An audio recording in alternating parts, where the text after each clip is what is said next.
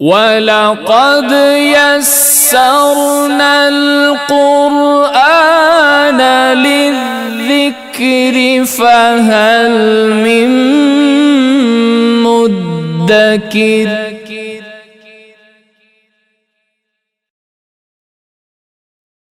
صلی اللہ علیہ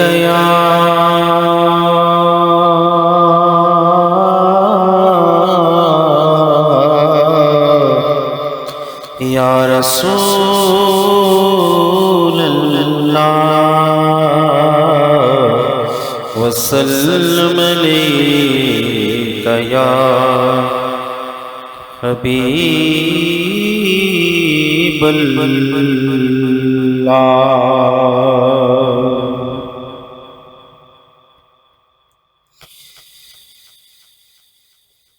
شاہوں سے ملا ہے نہ سکندر سے ملا ہے اللہ کا عرفان تیرے در سے ملا ہے جس کو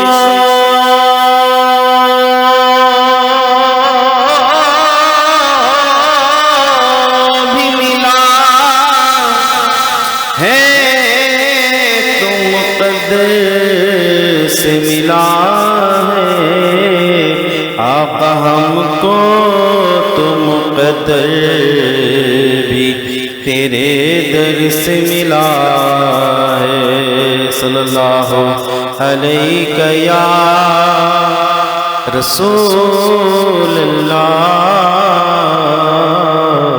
وسلم علیہ یا حبیب اللہ الحمدللہ ثم الحمدللہ عالم اسلام سے بہت سی زائرین حرمین شریفین کی بعد اب حاضری دے کر اپنے اپنے وطنوں کچھ واپس آ چکے ہیں اور کچھ واپسی کا سفر دے کر رہے ہیں اللہ تعالیٰ سے دعا ہے کہ اللہ تعالیٰ ان کے اس عظیم سفر کو اپنی بارگاہ میں مقبول و منظور فرمائے اور ہمیں بھی بار بار حرمین شریفین کی بعد اب حاضری سے مشرف کا کرم فرمائے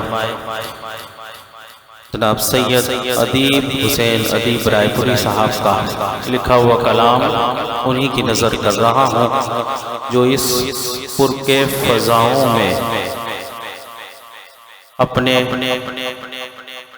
زندگی کے قیمتی لمحات گزار کر آ رہے ہیں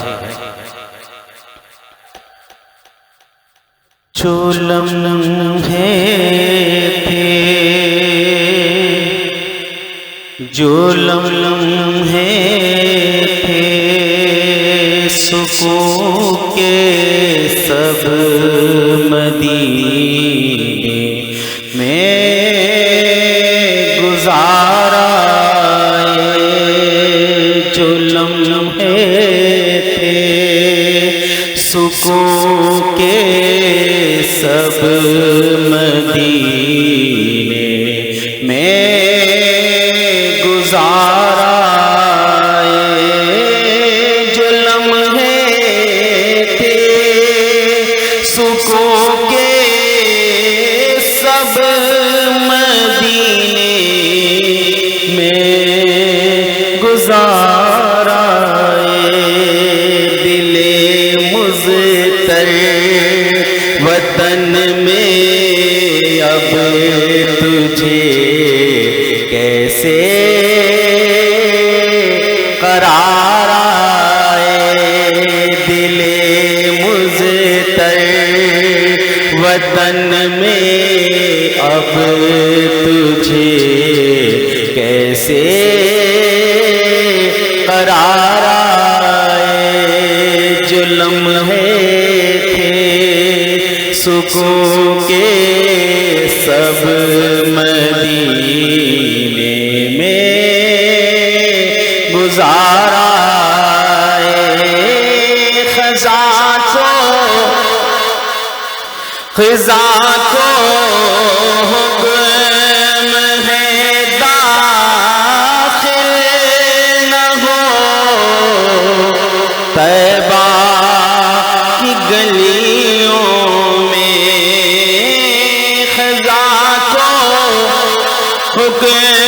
میں داخل نہ ہو طیبہ کی گلیوں میں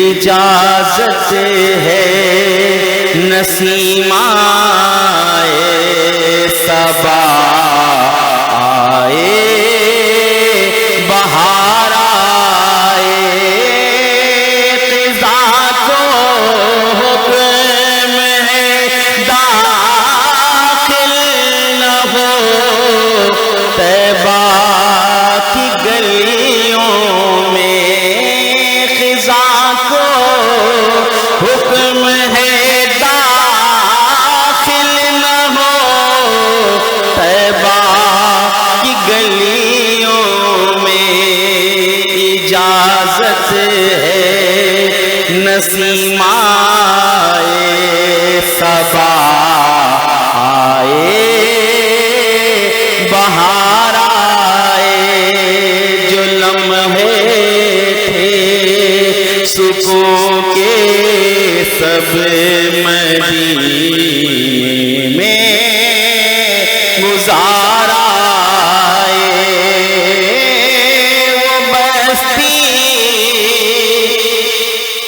وہ بستی اہل دل کی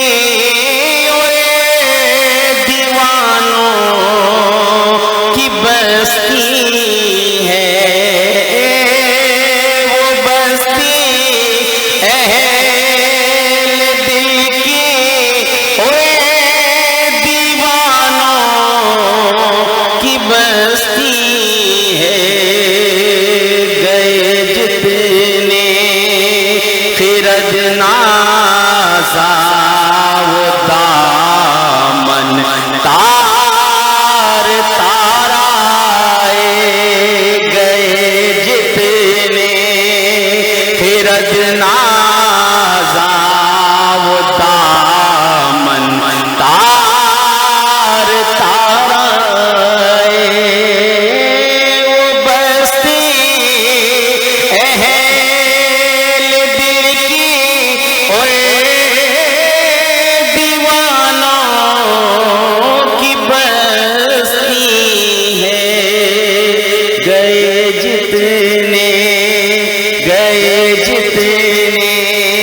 خرد نازا و دامن تار تارائے جو لمحے تھے سکون کے سب مدینے میں گزار آئے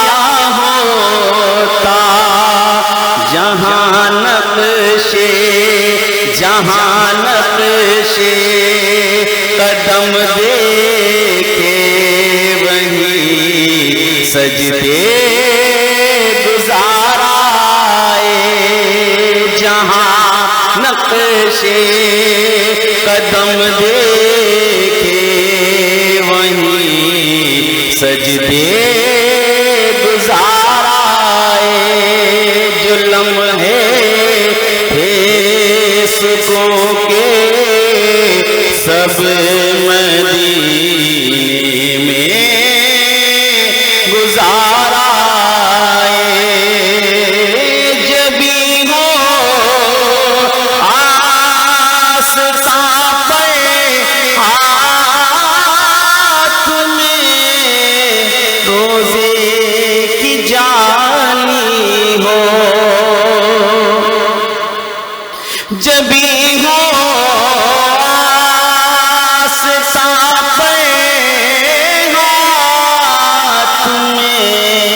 روزے کی جانی ہو، یہ لمحہ زندگی میں اے خدا پھر بار بار آئے، لمحہ زندگی میں اے خدا پھر بار بار آئے، وہ جانے جہاں ہے ان کا کیا کہنا، وہ جانے جہاں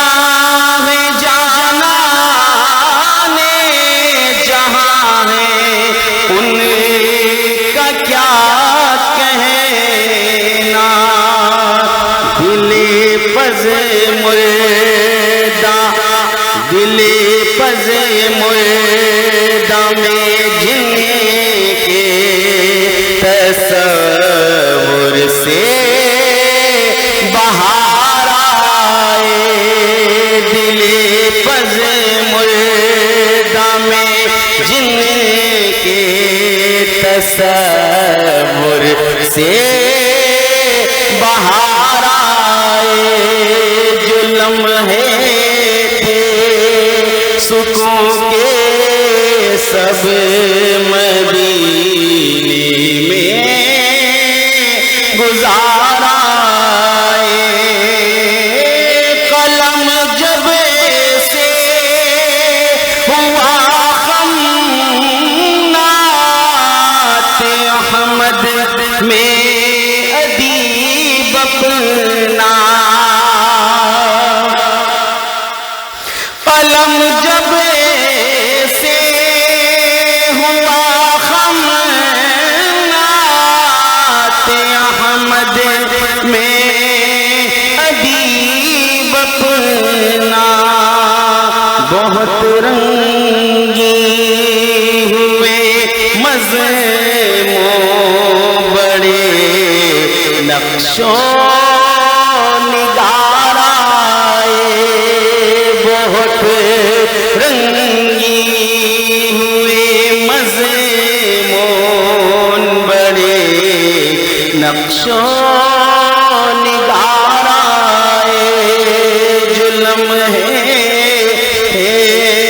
سکون کے سب مدینے میں گزار آئے، دل مضطرب وطن میں اب تجھے کیسے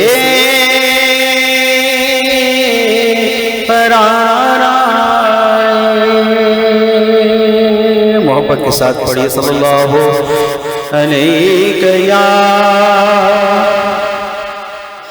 رسول اللہ وسلم علیک یا حبیب اللہ،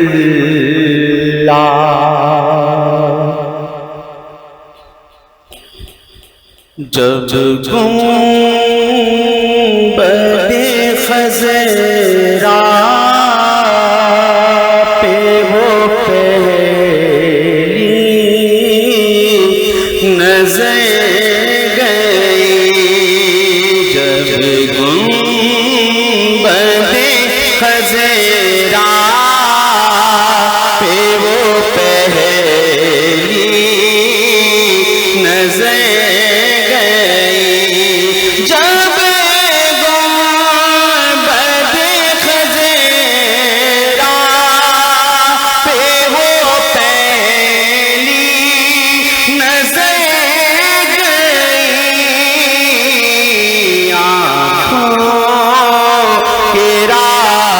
سے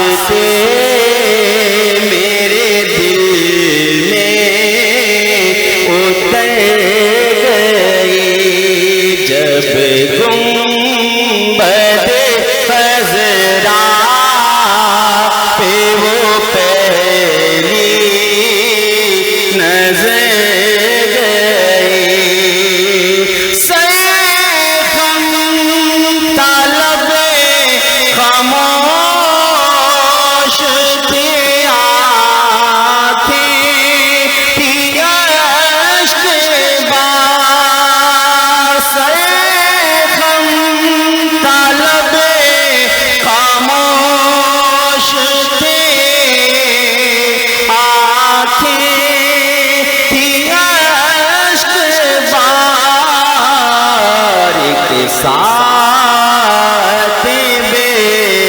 بیدار تھی جو کہ گزر گئی ایک ساتھ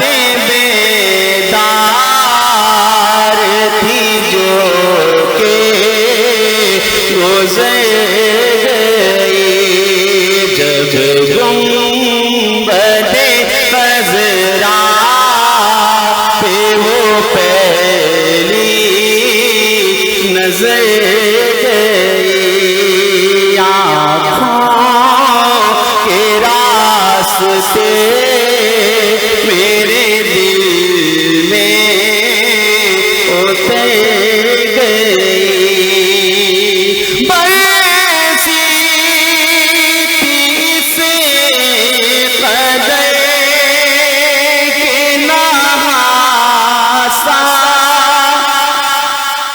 گیا تھا میں برسی تھی سے قدر کے نہاسا گیا تھا میں برسی تھی سے قدر کے نہاسا گیا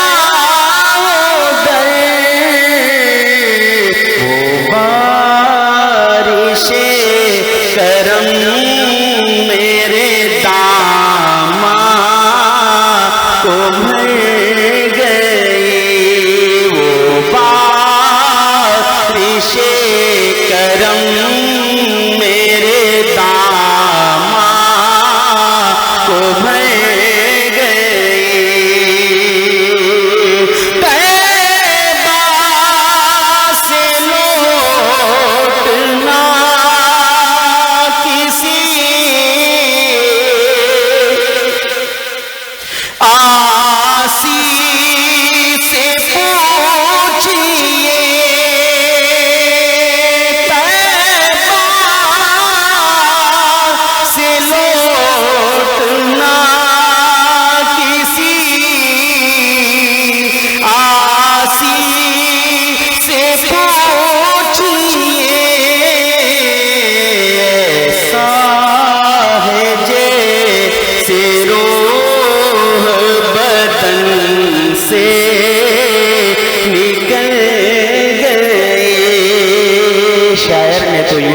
ہے کہ طیبہ سے لوٹنا کسی عاشق سے پوچھئے عاشق تو بہت بڑی بات ہے جب وہاں سے مجرم لوٹا کرتے ہیں تو ان کی حالت دیکھنے والی ہوتی ہے ایسا ہے جیسے روح جسم سے گزر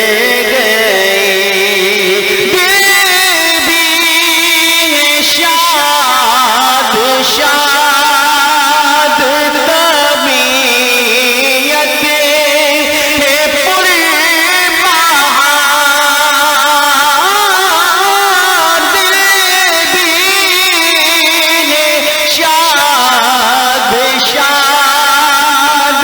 طبیعت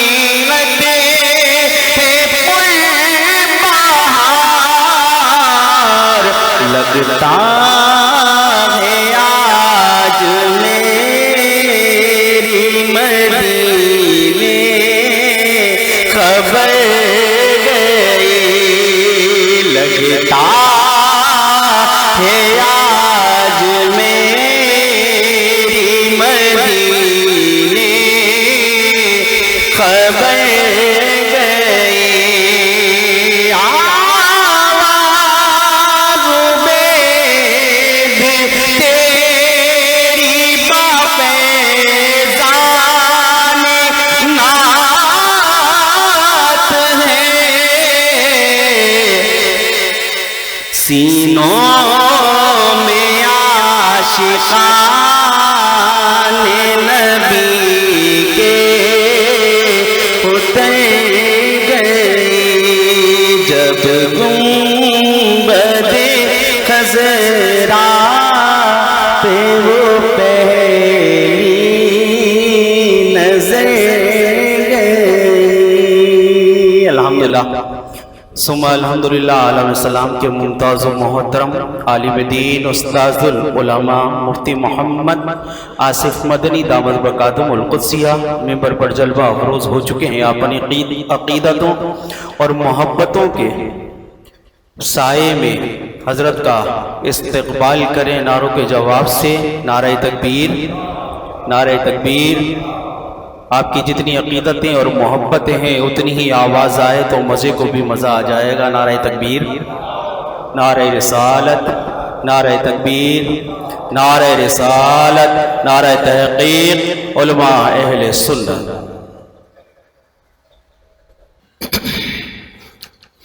الحمدللہ رب العالمین والصلاة والسلام على سید الانبیاء والمرسلین وعلى آلہ واصحابہ اجمعین اما بعد فاعوذ باللہ من الشیطان الرجیم بسم اللہ الرحمن الرحیم الذين يقولون ربنا إننا آمنا فاغفر لنا ذنوبنا وقنا عذاب النار الصابرين والصادقين والقانتين والمنفقين والمستغفرين بالأسحار صدق الله العلي العظيم وصدق رسوله النبي الأمين۔ متقین کی صفات سے متعلق ہمارا بیان جاری تھا اور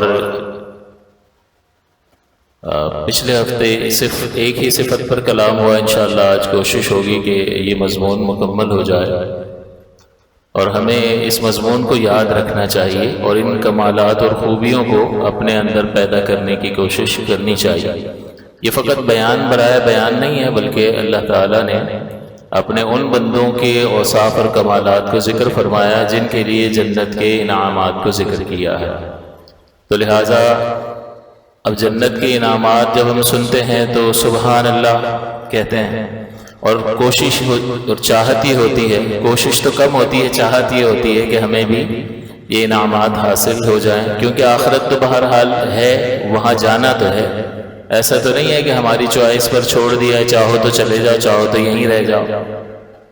جانا تو بہرحال ہے اور وہاں پھر دو طرح کے ٹھکانے ہیں اور ہر ایک چاہتا ہے کہ اسے اچھا ٹھکانہ میسر آئے۔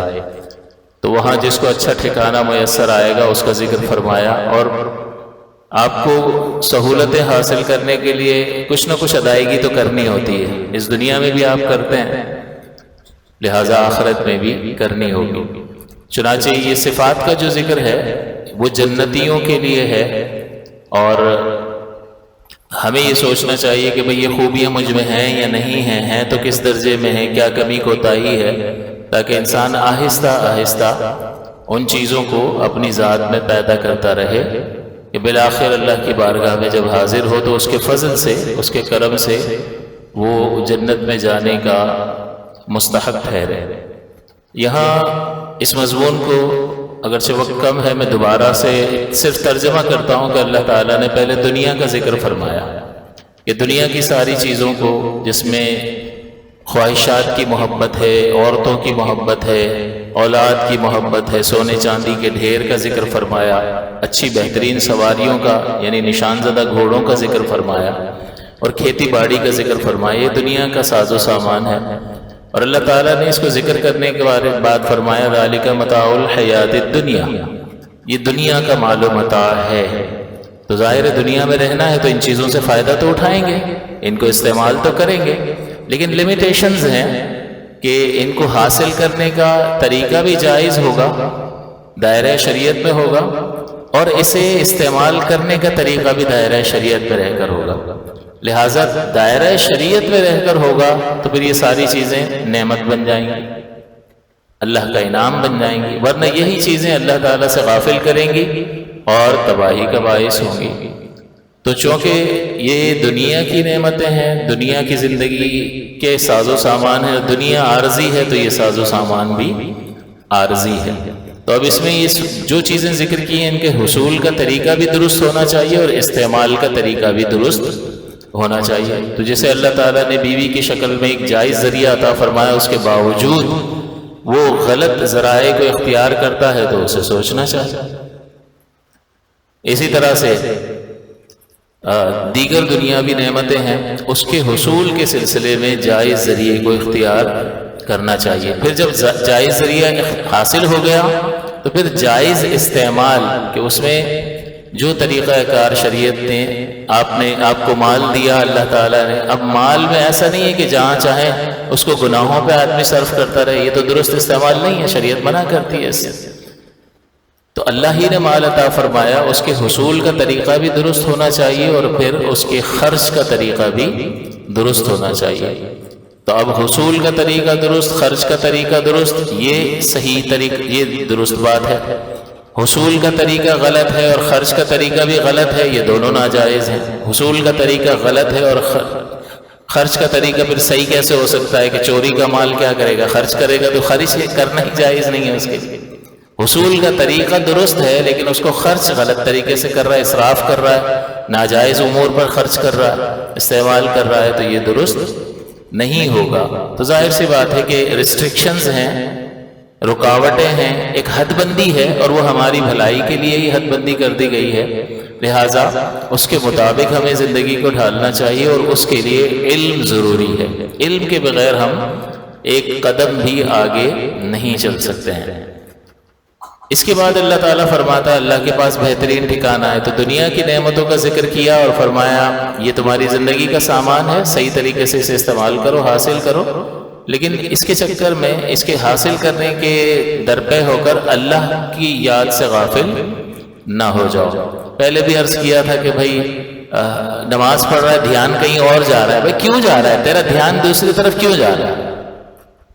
کہاں جا رہا ہے؟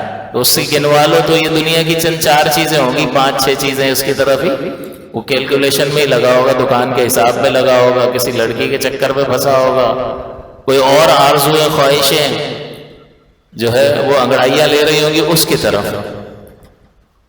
تو یہ سب اللہ تعالیٰ کی پیدا کردہ مخلوق ہے، جسے جائز طریقے سے نفع حاصل کرنا ٹھیک ہے، لیکن اصل یہ ہے کہ ان سے نفع حاصل کرو لیکن اتنا متعلق نہ ہو جاؤ کہ اللہ ہی سے غافل ہو جاؤ۔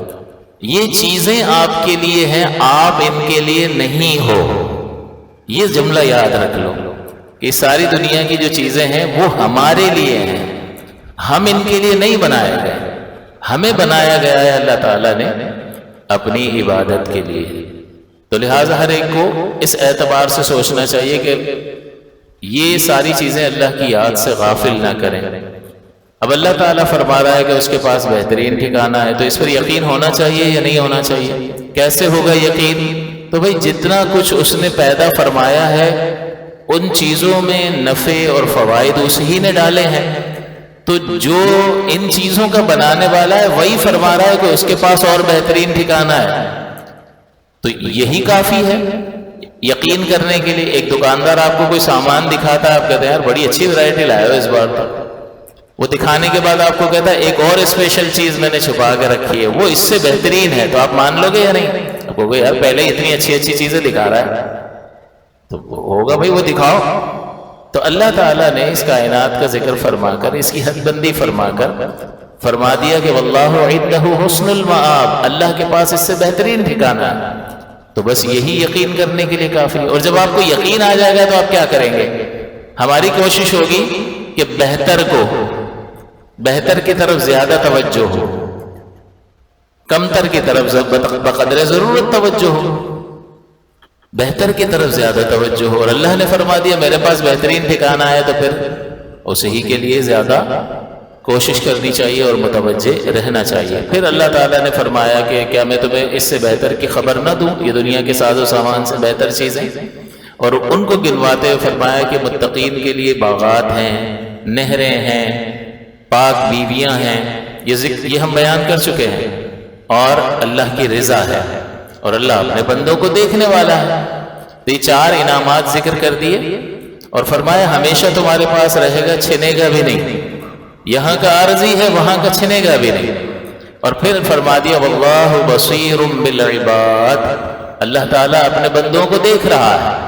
اس میں بہت ساری جو ہے نا وہ نقطے پوشیدہ ہیں۔ ایک تو یہ ہے کہ تمہارا عمل ضائع نہیں ہوگا، تم بھول جاؤ گے وہ نہیں بھولتا، اس کا علم کامل ہے، وہ اپنے بندوں کو دیکھ رہا ہے۔ ایک ایک جو ہے عمل جو ہے چاہے وہ تمہاری نظر میں چھوٹا ہو یا بڑا ہو، رائے گا نہیں جائے گا۔ اسی طرح وہ تو اتنا قریب ہے کہ اگر ایک عمل پر تم 100 نیتیں کر لو نا تو تمہیں 100 گنا ثواب عطا کرے گا، ہر نیت پر ثواب عطا کرے گا۔ مسجد جا رہا ہوں، چلے جی چلنے ہر قدم پر نیکی اور ہر قدم پہ گناہ مٹتا ہے مسجد جانے، جو ملے گا اس کو سلام کروں گا، کوئی عالم دین مل جائے گا اس سے مسئلہ معلوم کر لوں گا، کسی کو پتہ نہیں ہوگا اس کو بتا دوں گا۔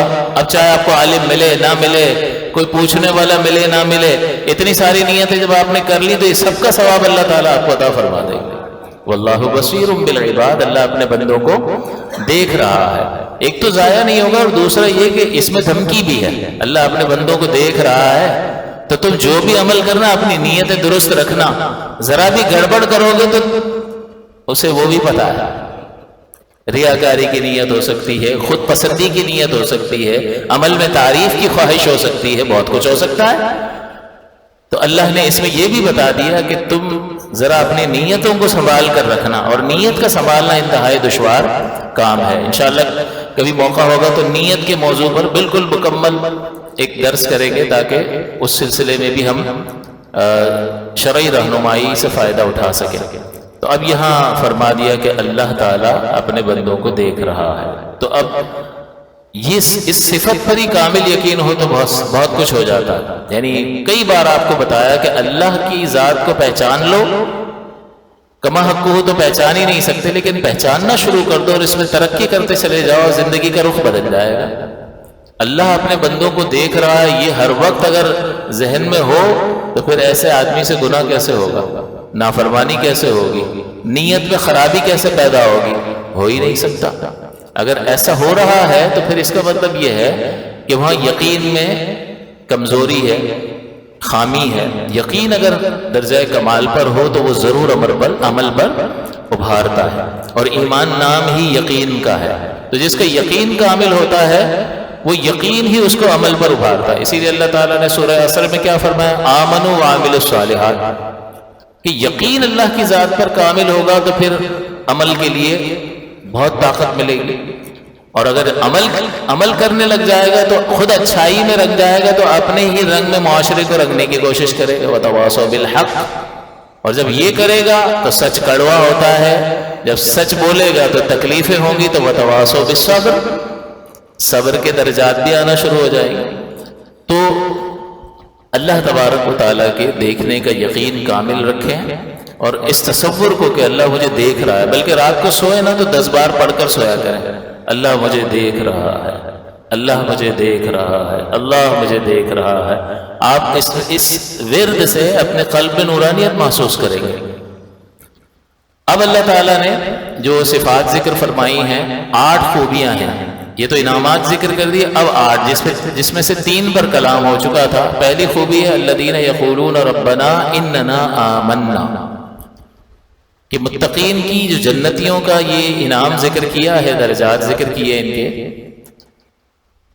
ان میں پہلی خوبی یہ ہوتی ہے کہ وہ ڈٹ کر جم کر جو ہے اللہ سے وفاداری کا اعلان کرتے ہیں کہ یا اللہ ہم تجھے ماننے والے ہیں، تیرے رسولوں کو، تیری کتابوں کو، تیرے احکام کو حق ماننے والے ہیں۔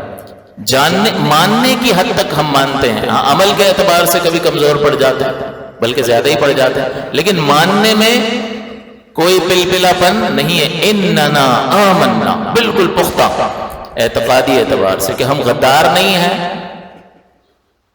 ماننے والوں میں سے ہیں، ایمان والوں میں سے، پہلی صفت۔ دوسری صفت فاغفر لنا ذنوبنا، ہمارے لیے ہمارے گناہوں کو بخش دے، یعنی وہ خود کو خطا کار ہی قرار دیتے ہیں، حالانکہ تذکرہ ذکر ہو رہا ہے جنتیوں کا، لیکن اللہ ان کے کمالات میں سے یہ ذکر فرما رہا ہے کہ وہ اللہ تعالیٰ کی بارگاہ میں ہمیشہ سر جھکائے رہتے ہیں، چاہے جتنی بھی نیکیاں ہو رہی ہیں، کچھ بھی ہو رہا ہے، لیکن کہتے ہیں کہ یا اللہ ہم خطا کار ہیں، تیری عبادت کا حق ادا نہیں ہو سکتا ہے، لہٰذا ہم میں کمی کوتاہی ضرور رہ جاتی ہے، لہٰذا تو ہمارے سارے کے سارے، چھوٹے ہوں بڑے ہوں، ظاہر ہوں پوشیدہ ہوں، کیسے بھی ہوں، تمام گناہوں کو معاف فرما۔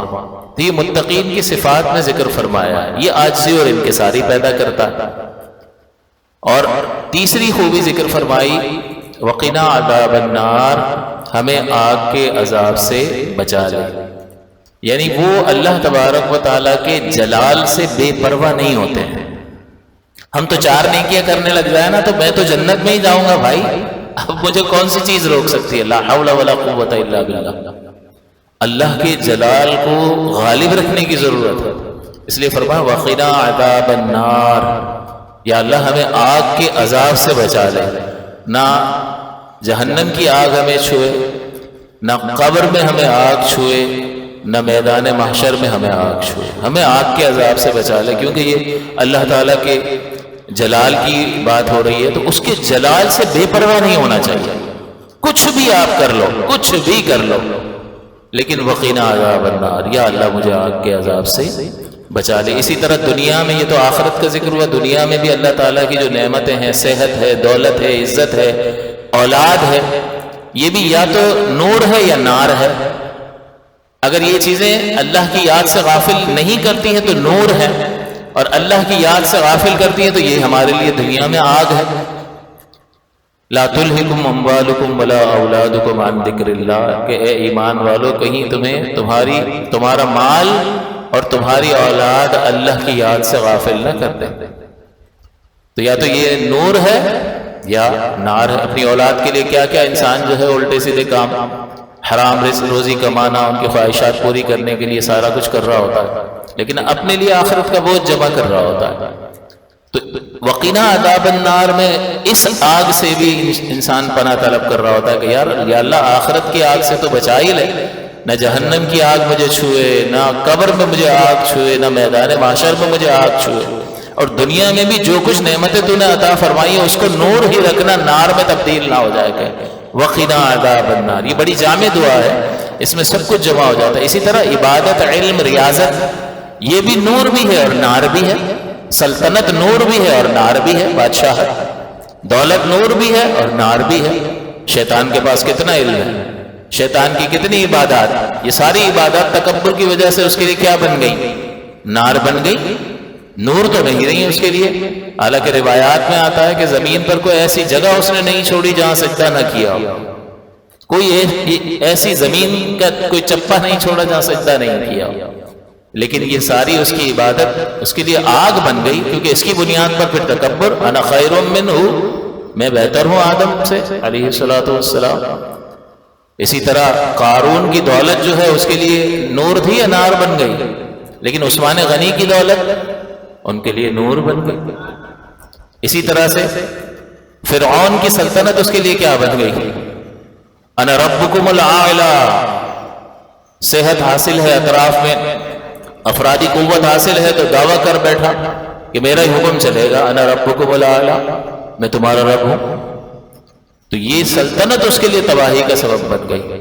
تو اس اعتبار سے آپ دیکھیں بڑی جامع دعا ہے وقنا عذاب النار، کہ آخرت میں ہر طرح کی آگ سے بچا لے، اور دنیا میں یہ جو چیزیں بظاہر مجھے اپنے فائدے کی نظر آ رہی ہیں اس میں آگ بھی چھپی ہوئی ہے، یہ نور بھی ہے اور نار بھی ہے، تو یا اللہ اس کا نار والا پہلو جو ہے اس سے تو ہی طاقتور ہے، تو ہی مجھے بچانے والا، وقنا عذاب النار۔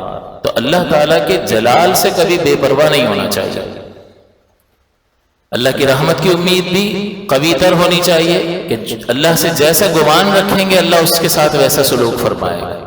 انا عند ظن عبدی بی، میں اپنے بندے کے گمان کے قریب ہوں، وہ مجھ سے اچھا گمان رکھے گا کہ میرا رب تو مجھے بخش دے گا، تو میں اس سے ویسے ہی سلوک کروں گا. تو ایک طرف تو یہ ہے، لیکن دوسری طرف ایسا نہ ہو کہ ہم اس کے جلال سے بے پرواہ ہو جائیں.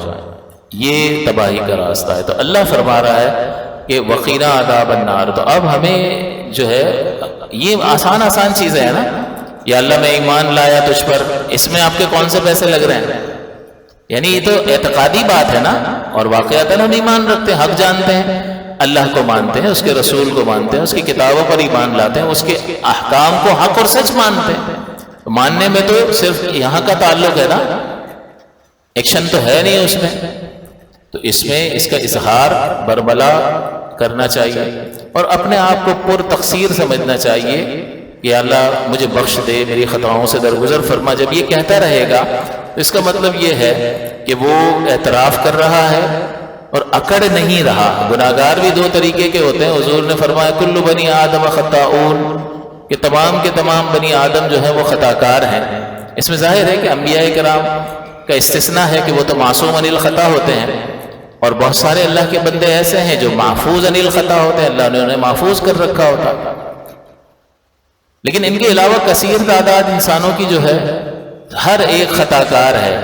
لیکن پھر فرمایا وخیر الخطائین التوابون، اور بہترین خطا کار وہ ہیں جو توبہ کرنے والے ہیں. تو ایک ہے کہ خطا کر کے، میں کئی بار عرض کر چکا کہ اکڑ رہا ہوتا ہے، سبھی کر رہے ہیں، ہم نے کر لیا کیا ہو گیا. اور ایک ہے کہ یا اللہ غلطی ہو گئی آئندہ نہیں ہوگی. ان دونوں لوگوں میں بہت بڑا فرق ہے کہ وہ جو خطا پر توبہ کر لیتا ہے وہ گناہ کرنے نکلا نہیں ہوتا، اس کے ذہن میں یہی ہوتا ہے کہ مجھے اللہ کی نافرمانی نہیں کرنی ہے، لیکن پھر بھی بتقاضۂ بشریت اطراف کے ماحول کی وجہ سے اس سے خطا ایک لمحہ ہوتا ہے جس میں غلطی ہو جاتی ہے، لیکن وہ رجوع کرتا ہے. ایک ہوتا ہے کہ اسے نیکی کرنی ہی نہیں ہے. ان دونوں میں زمین آسمان کا فرق ہے. لہذا مسلمان کو اللہ کی بارگاہ میں جھک کر رہنا چاہیے. تو اس صفت کو ہم آسانی سے، یا اللہ ہم تجھ پر ایمان رکھتے ہیں. دوسرا ہماری بخشش فرما. تیسرا ہمیں آگ کے عذاب سے بچا لے. اب آ رہا ہے عمل کا مرحلہ. الصابرین، صبر کرنے والے. اس پر پچھلے ہفتے کلام ہو چکا کہ یہ بھی چوتھی متقین کی صفت ہے، صابرین، صبر کرنے والے. کس چیز پر صبر کرنے والے؟ اللہ تعالیٰ کے احکام پر صبر کرنے والے. ظاہر ہے کہ جب آپ اللہ کے احکام پر عمل کریں گے تو اس میں کچھ نہ کچھ تو مشقت ہوگی، کچھ نہ کچھ تو برداشت کرنا پڑے گا. جب فجر میں آپ اپنی نیند چھوڑ کر مسجدوں میں آئیں گے تو اس میں کچھ نہ کچھ تو اپنے نفس پر جبر کرنا پڑے گا.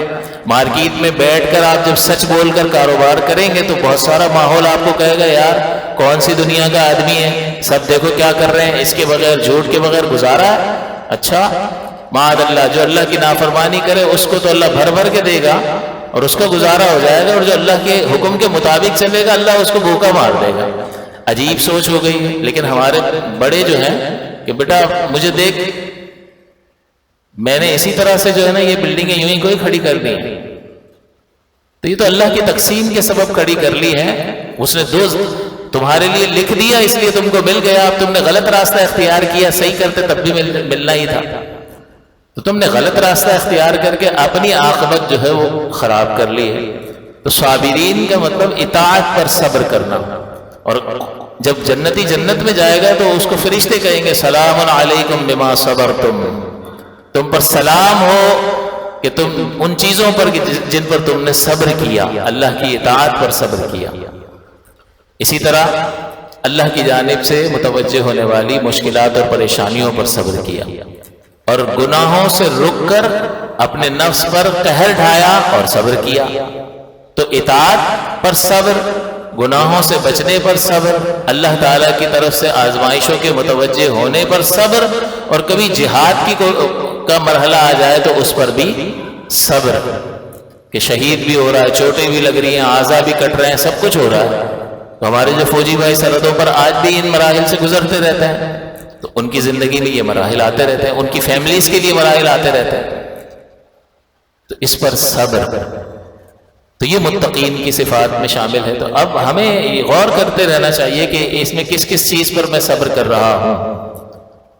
مزید فرمایا والصادقین، اور سچ بولنے والے. صادق تو قول کے بھی سچے کہ جب بات کریں سچی بات کریں، جب وعدہ کریں سچا کریں، جو ارادہ کریں اس کو پورا کر کے چھوڑیں، جو نیت کریں وہ سچی نیت کریں، اس میں خلوص ہو، وہ فقط اللہ کے لیے ہو، اس میں ملاوٹ نہ ہو، کوئی اور دنیاوی فائدے کا حصول کا ارادہ نہ ہو، فقط اللہ تعالیٰ کی رضا کا ارادہ ہو۔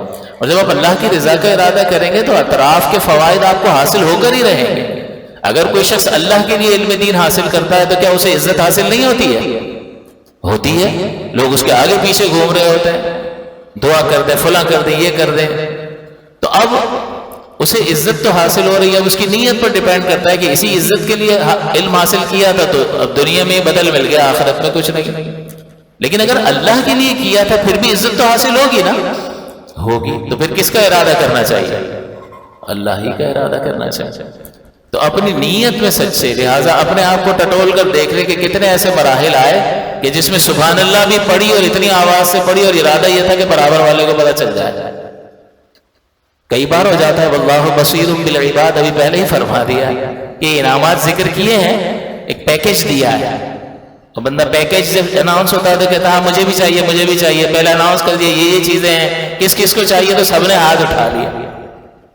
پھر بصیر بالعباد بھی فرما دیا کہ ضائع بھی نہیں ہوگا، انشورنس ہے، چھنے گا بھی نہیں، لیکن وہ جانتا بھی ہے کہ تمہاری نیتیں کیا ہیں۔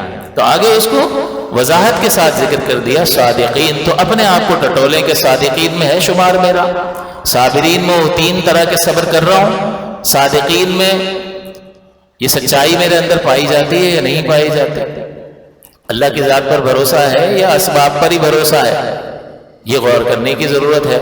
والمنفقین والقانتین، اور ادب والے۔ ادب والا کیا ہوتا ہے؟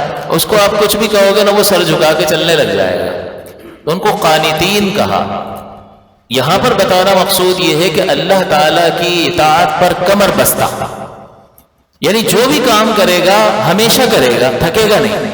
نماز پڑھ رہا ہمیشہ ہی پڑھتا رہے گا، روزے رکھ رہا ہمیشہ رکھتا رہے گا، تھکے گا نہیں، یار بہت ہو گیا، مصیبتیں تو ختم ہونے کا نام نہیں لیتی، ایک نماز نہیں چھوڑی، میں پہلے پڑھا کرتا تھا پھر یار پتہ نہیں کیا وہ چھوٹ گئی۔ یہ قانتین میں سے نہیں، اس کو تو رب پر اتنا یقین کامل ہوتا ہے کہ بس کرتا چلا جا رہا ہے، کرتا چلا جا رہا ہے، تا وقت یہ کہ حتی یأتیک الیقین، یہاں تک کہ آ جائے تمہارے پاس یقین یعنی موت، وہ کرتا چلا جائے۔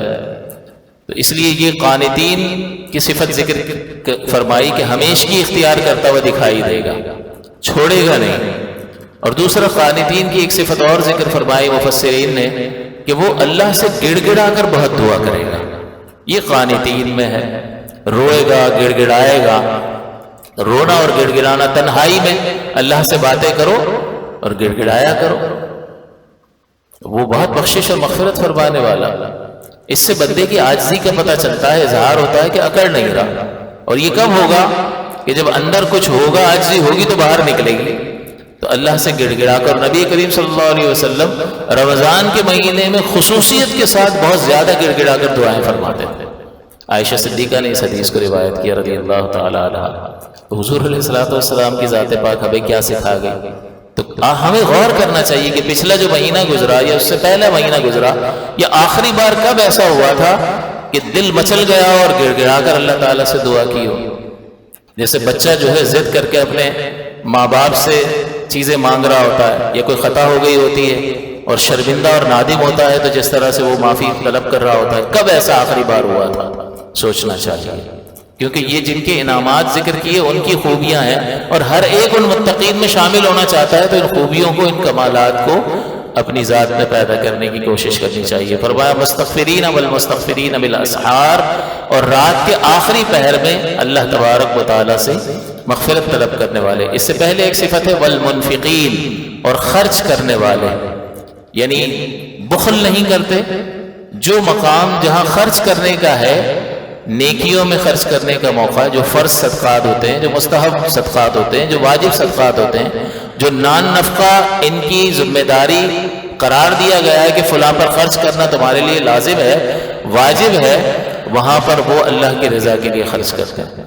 اور حضور نے فرمایا کہ 1 دینار وہ ہے جو تو اپنے گھر والوں پر خرچ کرتا ہے، اور ایک وہ ہے کہ جو تو دیگر لوگوں پر خرچ کرتا ہے، اس میں ثواب اس کا زیادہ ہے جو تو نے اپنے گھر والوں پر خرچ کیا۔ تو آپ جو گھر والوں کو خرچ دے رہے ہوتے ہیں اس میں نیت کیا کریں کہ اللہ کے حکم کو پورا کر رہا ہوں۔ ہم دیے چلے جا رہے ہیں سالوں سے، نیت کچھ بھی نہیں کرتا، ایسا لگ رہا ہوتا ہے جیسے ٹیکس دے رہے ہیں۔ یوں کرو کہ اللہ کے حکم کو پورا کر رہا ہوں، اس نے حکم دیا ہے اس لیے دے رہا ہوں، تو اب اس میں اجر ہی اجر ہے۔ اور اپنے رشتہ داروں کو دینا، اس میں صلہ رحمی ہے، اس میں بھی دوہرا اجر ہے کہ انفاق فی سبیل اللہ، اور دوسرا اپنے رشتہ داروں کو دینے کا ثواب، یعنی صلہ رحمی، یہ دو اجر ہیں۔ اور صلہ رحمی جو ہے حضور نے فرمایا کہ جو صلہ رحمی کرتا ہے، رشتہ داروں کے ساتھ اچھا سلوک کرتا ہے، اللہ اس کی عمر میں اور اس کے رزق میں برکت عطا فرماتا ہے۔ تو ان چیزوں پہ ہمیں غور کرنا چاہیے، اور جہاں خرچ کرنے کا معاملہ ہے وہاں بخل سے کام نہیں لینا چاہیے۔ اور بخل کہتے ہیں کہ جس جگہ شریعت خرچ کرنے کو لازم قرار دے وہاں خود کو خرچ کرنے سے روک لینا، اس کو بخل کہا جاتا ہے۔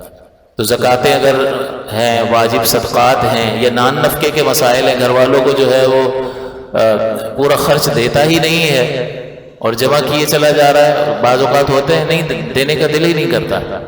بہت سارے بیوپاری ایسے ہوتے ہیں بینک میں پیسے پڑے ہوں گے لیکن پیمنٹ کرنے کا دل نہیں کرے گا، یار دے دیں گے، کوئی لے کے بھاگ رہے ہیں کیا؟ بھائی دے دو، جان چھڑاؤ، لیکن نہیں، عادت سے مجبور ہے، کیا کریں۔ حالانکہ قرض اچھے طریقے سے ادا کرنے کی حدیثوں میں تعریف آئی ہے، بہترین طریقے سے ادا کرنا چاہیے۔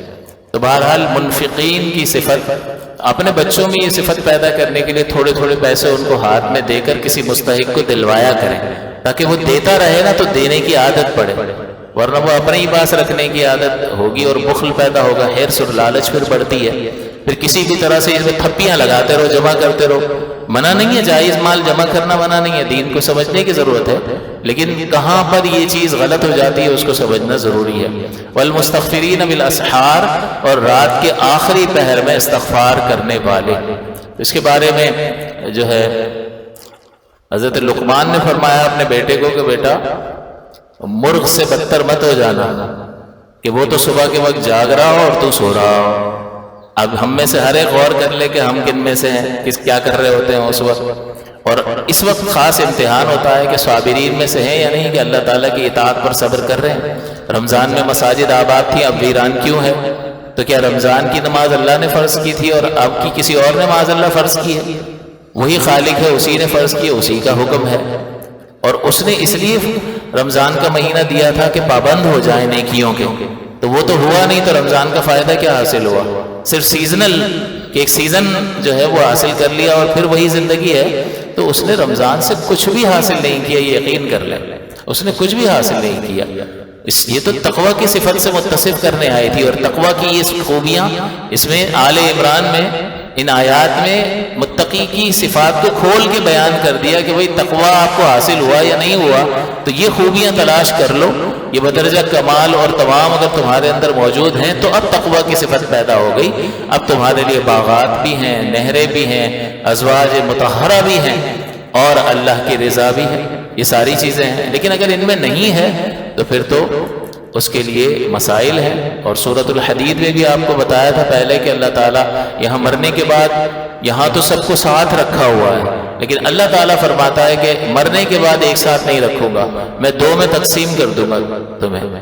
وَفِي الْآخِرَةِ عَذَابٌ شَدِيدٌ وَمَغْفِرَةٌ مِّنَ اللَّهِ وَرِضْوَانٌ، آخرت میں یا تو عذاب شدید ہوگا یا اللہ کی بخشش اور اس کی رضا۔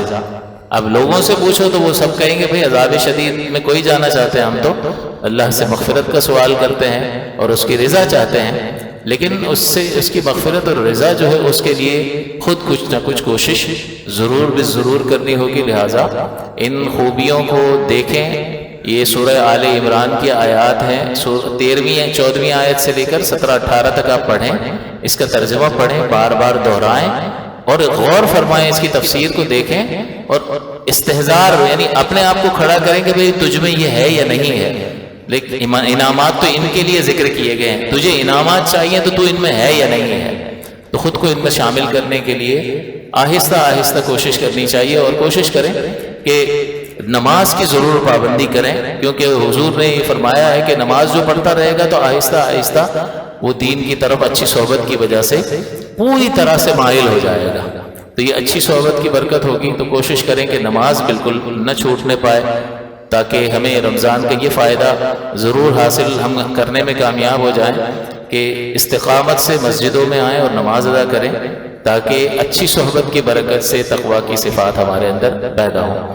آخری بات یہ کہ یہ شوال کا مہینہ شروع ہوا، اس میں 6 روزے رکھنا جو ہے وہ مستحب ہے۔ اگر وہ رکھ لیں گے تو پورے سال کے روزوں کا ثواب حاصل ہوگا، یعنی ہر نیکی کا 10 گنا ثواب ہوتا ہے، تو 6 روزے رکھیں گے تو 60 روزوں کا ثواب یہ ہو جائے گا۔ اور 30 آپ پہلے رکھ چکے ہیں تو 30 کو 10 سے ضرب دو تو 300 وہ ہو گئے، اور 60 یہ، تو 360 دن ہوتے ہیں۔ اسلامی مہینے میں 354 دن ہوتا ہے، تو یہ پورے سال کے روزوں کا ثواب حاصل ہوگا۔ اور حدیث میں اس کی فضیلت بیان ہوئی، اور آپ کسی بھی طرح سے جیسے آپ کو سہولت ہو آپ گیپ کے ساتھ بھی رکھ سکتے ہیں۔ تو اس شوال کے پورے مہینے میں اگر یہ 6 روزے رکھیں گے تو یہ فضیلت حاصل ہوگی۔ اور آخری بات یہ کہ اپنے گھر کے ایک فرد کو ضرور عالم بنائیں، عالم اور مفتی بنائیں، اپنی بچیوں کو عالمہ اور مفتیہ بنائیں۔ ہمارا یہ الفرقان ادارہ آپ کے قریب ہی ہے، 10 منٹ کا راستہ ہے، چھیپا لون کے پاس ہی ہے، سولجر بازار تھانے کے پاس۔ وہاں 3 طرح کے کورسز ہیں، صبح 9 بجے سے 1 بجے تک یہ عالم اور مفتی کورس ہے، 5 سال کا عالم کورس اور 1 سالہ تخصص ہوتا ہے، مفتی بناتے ہیں۔ رات میں جو لوگ یہ کاروباری حضرات ہیں یا جابز وغیرہ کرتے ہیں ان کے لیے سہولت یہ ہے کہ 9:30 سے 11:30 کلاس ہے، تو وہ بھی یہی 6 سال کا کورس ہے۔ اور ایک بہت ہی زیادہ مصروف طبقے کے لیے اتوار کا بھی کورس شروع کر رکھا ہے، اور 5 سال اس کے مکمل ہو گئے تو ہر سال نئی کلاس شروع ہوتی ہے۔ وہ صرف اتوار کو کلاس ہے 2 سے 5، صرف اتوار کو آ کر پڑھیں 2 سے 5، باقی آپ اپنی مصروفیات جو ہیں جاری رکھیں۔